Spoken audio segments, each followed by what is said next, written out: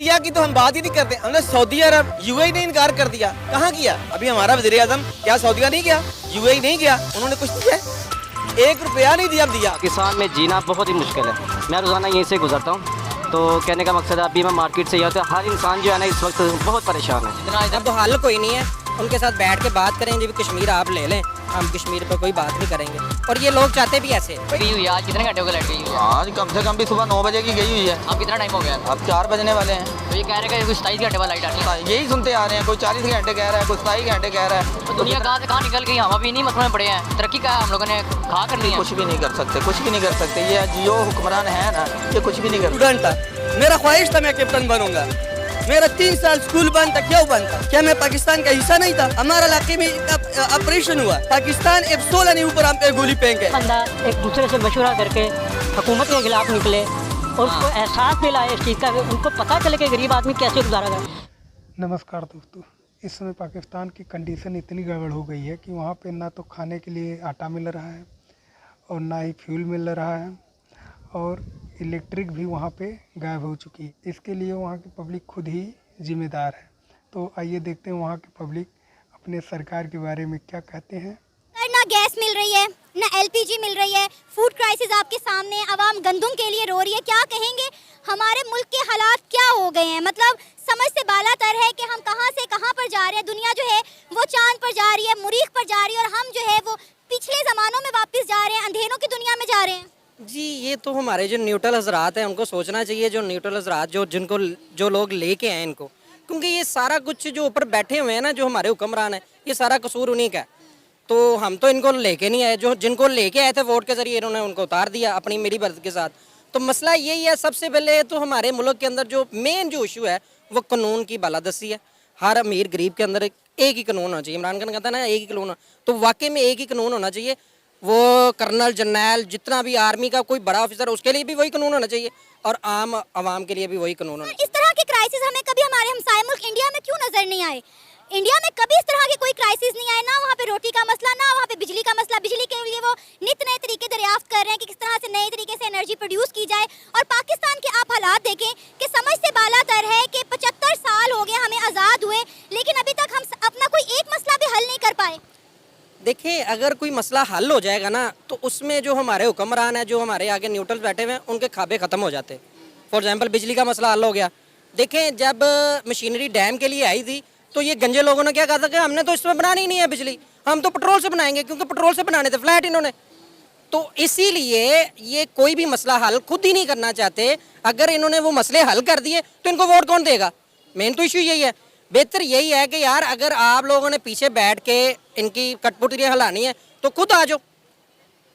जो रजीम चेंज कर रहे हैं पीछे बैठ के भी वही लोग कर रहे हैं, तो बेहतर यही है कि वो बंदे खुद लोग आ जाए और खुद आके इस मुल्क को संभाले। सर, इस तरह के मसाइल का सामना इंडिया को क्यों कभी नहीं होता? इंडिया दूसरी मुल्कों को गंदुम दे रहा है, उनको सपोर्ट कर रहा है। इंडिया के अंदर जो भी कुछ होता है ना, वो उनकी पार्लियामेंट होती है, ठीक है। आर्मी या पीछे न्यूट्रल्स कह लें आप उनको, हम तो कोई आर्मी को क्योंकि ब्लेम नहीं दे सकते। आर्मी के अंदर अच्छे लोग भी हैं, बुरे लोग भी होते हैं।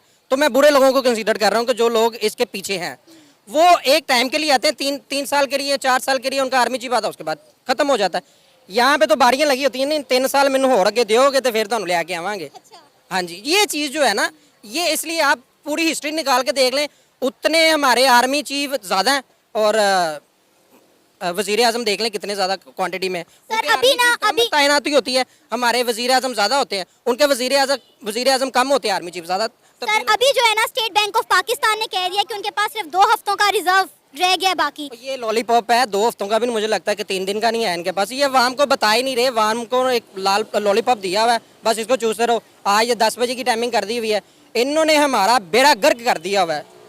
बिजली क्राइसिस भी है, आटा नहीं मिल रहा आवाम को, और जिस तरह के मुख्तलिफ किस्म के हुकूमत के खिलाफ मुजाहरे भी हो रहे हैं। आप पाकिस्तान में रहते हुए आपको किस तरह की ज़िंदगी यहाँ पर गुजारने को मिल रही है? भाईजान, मैं 5 साल ओमान में रह के आया हूँ, ठीक है। मैं कहता हूँ कि वहाँ पे रह के ज़िंदगी बढ़ती है, पाकिस्तान में रह के है ना ज़िंदगी कम होती है इंसान।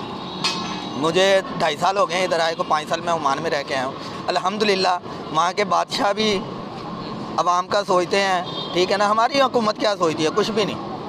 कोई भी किसी को कुछ नहीं, आंडी गवांडी है ना जो एक दूसरे के साथ घर वाला है, वो भी किसी को आना, पहले जो लोग थे ना, पहले हुक्मरान थे तो पहले कोई कुछ पूछ लेता था कि भाई कोई भूखा तो नहीं है। इस दौर में है ना, कोई किसी का, आपका बच्चा भी भूखा बैठा है ना तो रो के चुप कर जाता है कि नहीं यार कुछ नहीं होता, खैर है, आज दिहाड़ी नहीं लगी सुबह लग जाएगी। ये सूरत हाल है। पाकिस्तान में ज़िंदगी गुजारना मुश्किल हो गया है। बहुत मुश्किल है, बहुत मुश्किल है। और आटे का जो मसला जा रहा है उस बारे में क्या कहेंगे? ये तो पूरा होगा ही नहीं ना, ये तो पूरा होना ही नहीं है, दुनिया कहाँ से कहाँ निकल गई और हम अभी आटे पे और बिजली पे रो रहे हैं। जितने बड़े बड़े मगरमच्छ बैठे हैं, हुक्मरान जितना बड़ा आदमी है वो ही स्टॉक कर रहा है हर चीज़। गंदम बहुत बढ़िया, हम भी सारा दिन रोड पे ही रहते हैं। कहते हैं हमको खरबों रुपए की पड़ा हुआ आटा है, लेकिन वो स्टॉक किया हुआ था कि हम जब बाद में बेचेंगे। आरब वाले से है ना फोटाबाज तक चले जाएं, गंजियाँ भरी पड़ी हैं, ट्रॉले के ट्रॉले लगे हुए हैं। और ये टेलीविज़न न्यूज़ पे आप सुन लो जी, आटा मुक गया है जी, कनक नहीं है, बुरहान की तरफ आ गया है, ये आ गया वो आ गया, कुछ भी नहीं है। ये सारा आम को मिल रहा है आटा भी नहीं, लाइन में लग के मिल रहा है, दिहाड़ी तोड़ के आटा ले रहा है 480 रुपए का। ठीक है, क्या इस चीज़ का।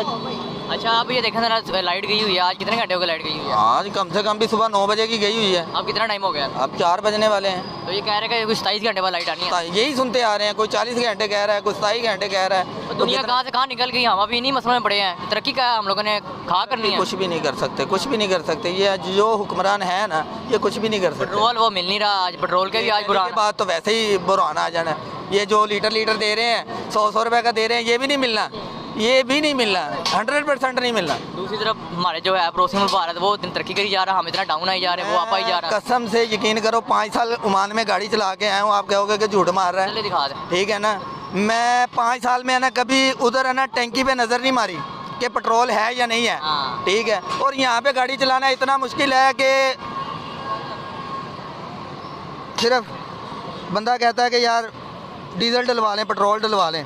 ठीक है, ये दे लें, ये मेरा लाइसेंस है, ID कार्ड है, ये पीछे बताका है। 5 साल रह गए हैं अल्हम्दुलिल्लाह। और पाकिस्तान में अब कैसे आपको लग रहा है आने वाले वक्तों में क्या कोई अच्छे हालात होंगे? मैं कह रहा हूँ मेरी ये आज का दिन गुजरेगा या नहीं गुजरेगा, कसम से यकीन करो। सर पूरी दुनिया जो है वो चांद पर पहुंच रही है, मुरीख पर जा रही है, और हम जो है वो पीछे की तरफ जा रहे हैं। आगे बढ़ने की बजाय हम जो है पिछले दौर की तरफ बढ़ रहे हैं। अब आप देखें कि कितने घंटों से पाकिस्तान में लाइट नहीं है, लोग हाथों पे हाथ रख के बैठे हैं, लोग मजबूरी में सड़कों पे दुकानें खोल कर बैठे हुए कि भाई जब तक दिन की रोशनी है थोड़ा बहुत कारोबार चलाया जाए। जी बिल्कुल, सवाल ये है कि कर्ज लेके कर्ज उतारना ये कहाँ का इंसाफ है? भाई मैंने आपसे 1000 रुपया लिया है, मैं अगर 30 तारीख तक नहीं दे सकूंगा तो मैं दूसरे बंदे से 1000 लेके आपको दूंगा, ये तो कोई तरीका नहीं है। पाकिस्तान का अगर कर्ज उतारना है तो एक्सपोर्ट बढ़ाना है। एक्सपोर्ट बढ़ाने के लिए क्या किया? एक मैयर मुझे आगे बता दे कि पाकिस्तान, क्योंकि एक्सपोर्ट के लिए चाहिए कंपेटिटिव प्राइस चाहिए। कंपेटिटिव प्राइस कौन सी हमारी इंडस्ट्री, जबकि 70 रुपये पर यूनिट अगर बिजली की प्राइस पे कर रहा है कोई टेक्सटाइल मिल वाला, तो कंपेटिटिव प्राइस में तो पीछे चला गया। इसलिए बांग्लादेश कहाँ चला गया, इंडिया कहाँ चला गया? हमारी टोटल उतना बजट नहीं है, इंडिया के रिजर्व है उतने। हमारा कल पता चल रहा था 73 अरब डॉलर हो गया। हम 1 अरब डॉलर के लिए अब पैसे हमने लेना है IMF से 2 अरब डॉलर से, तो 2 अरब डॉलर के मतलब कौम को जिवा कर दे। भाई जिनके पास लैंड क्रूजर हैं, बड़ी गाड़ियां हैं, उनके ऊपर स्टेट बैंक ऑफ पाकिस्तान की जानिब से कहा गया है कि उनके पास सिर्फ 2 हफ्तों के रिजर्व बचे हैं। अगर कोई हमारी मदद के लिए ना आया तो पाकिस्तान कोलैप्स कर जाएगा। अल्लाह ना करे, अल्लाह ना करे, अगर पाकिस्तान कोलैप्स कर गया तो हमारी मदद कौन करेगा? इंडिया की ने तो कर दी श्रीलंका और अफगानिस्तान की मदद, क्या इंडिया हमारी मदद करेगा? भाई इंडिया की तो हम बात ही नहीं करते। हमने सऊदी अरब UAE ने इनकार कर दिया। कहाँ किया? अभी हमारा वज़ीर आज़म क्या सऊदी नहीं गया, UAE नहीं गया, उन्होंने कुछ दिया है? 1 रुपया नहीं दिया। अब दिया तो आप समझ जाना चाहिए कि हमें किसी ने मदद नहीं करनी, हमें अपनी वेल्थ क्रिएशन खुद करनी है, हमें खुद टैक्स देने हैं, जो इनको टैक्स के बदले फैसिलिटीज़ दें। अब देखो पार्किंग की जगह पे सारे फटे लगे हुए हैं, तो ये कोई हल नहीं है। हल ये है कि सस्ती बिजली दी जाए आवाम को, टेक्सटाइल मिलों वालों को, ताकि वो एक्सपोर्ट कर सके। जब तक एक्सपोर्ट आपकी नहीं राइज होगी, आपका मुल्क का कर्जा, ये कोई सोल्यूशन नहीं है कि एक हाथ से कर्जा ले लो। अभी जो आप बात कर रही हैं 4.25 अरब डॉलर, वो हमारे हैं कोई? वो तो 3 अरब डॉलर सऊदीया के हैं। और अभी हमें 6 बिलियन डॉलर का कर्जा IMF ने दिया है। हमें वो दिया, खर्चा कहाँ गया? वो कर्जा उतारने पे दे दिया। जो कर्जा एक हाथ से लेते हैं वो कर्जा उतारने के। 2007 में मैं स्टूडेंट था, मेरा ख्वाहिश था मैं कैप्टन बनूंगा। मेरा 3 साल स्कूल बंद था, क्यों बंद था? क्या मैं पाकिस्तान का हिस्सा नहीं था? हमारा इलाके में इतना ऑपरेशन हुआ, पाकिस्तान F-16 ने ऊपर हम पे गोली फेंक गए। इस तरह का बाजार पे पाकिस्तान का शिप खड़ा हुआ, लोगों की शिलिंग किया, क्या कसूर था हमारा? कहते हैं पठान दहशतगर्द है, हम दहशतगर्द नहीं है, दहशतगर्द तुम लोग हो, जामा हमको पहनाया, ठीक है। अभी दोबारा फिर हालात खराब हो रहे, क्यों हो रहे? आपने इतना बॉर्डर पे पाकिस्तान का खजाने का बेड़ा गर्क कर दिया, आपने कंडक्टर लगा दिया और फिर दहशतगर्द आ रहे, तो किधर से आ रहे? आपने बाढ़ लगाया क्यों? ये लोग तो कहते हैं कि अफगानिस्तान में जो है इंडिया जो है वो सारा कुछ करवा रहा है, इंडिया की वहाँ पे बहुत मदाखलत है, अफगान को तो सपोर्ट इंडिया कर रहा है, इसीलिए मेरे बात सुन लो, इंडिया अफगानिस्तान के साथ जो है ना बिजनेस कर रहे हैं, इस पे पाकिस्तान का क्या इतिराज है? पाकिस्तान भी करे अफगानिस्तान की कारोबार। लेकिन वो कह रहे हैं कि अफगानिस्तान को इंडिया उकसा रहा है पाकिस्तान के खिलाफ। क्या पाकिस्तान अफगानिस्तान के साथ खिलाफ नहीं हुआ? बोले आपको अच्छा है, आपको पता नहीं है? क्या वजूहात उसकी क्या है ना वो बता। बात यही है, जो रूस आया अमेरिका में, अफगानिस्तान में दहशतगर्द बनाया किसने? अमेरिका ने बनाया, रूस को बेड़ागर कर दिया, फिर अमेरिका आ गया, फिर अमेरिका का बेड़ागर हो गया। दहशतगर्द तो ये लोग खुद बन रहे। जब अफगानिस्तान पर बुरा वक्त आया, अफगानिस्तान कोलैप्स करने के करीब था या कोलैप्स कर गया था, तो इंडिया ने अफगानिस्तान का आकर साथ दिया। इस वक्त पाकिस्तान के जो हालात हैं, कहा जा रहा है स्टेट बैंक ऑफ पाकिस्तान की जानिब से कि हमारे पास सिर्फ 2 हफ्तों के रिजर्व बचे हैं, अगर कोई हमारी मदद को ना आया तो पाकिस्तान कोलैप्स कर जाएगा। अल्लाह ना करे अगर ये वक्त आ गया तो अफगानिस्तान की मदद तो इंडिया ने कर दी थी, पाकिस्तान की मदद को कौन आएगा? ये खुद बन जाए सही तो बच जाएगा, अगर ये खुद चोर पड़ गया तो खुद चले जाएगा मुल्क। कौन आएगा हमारे लिए? कोई परिस्थिति थोड़ी आएगा इधर।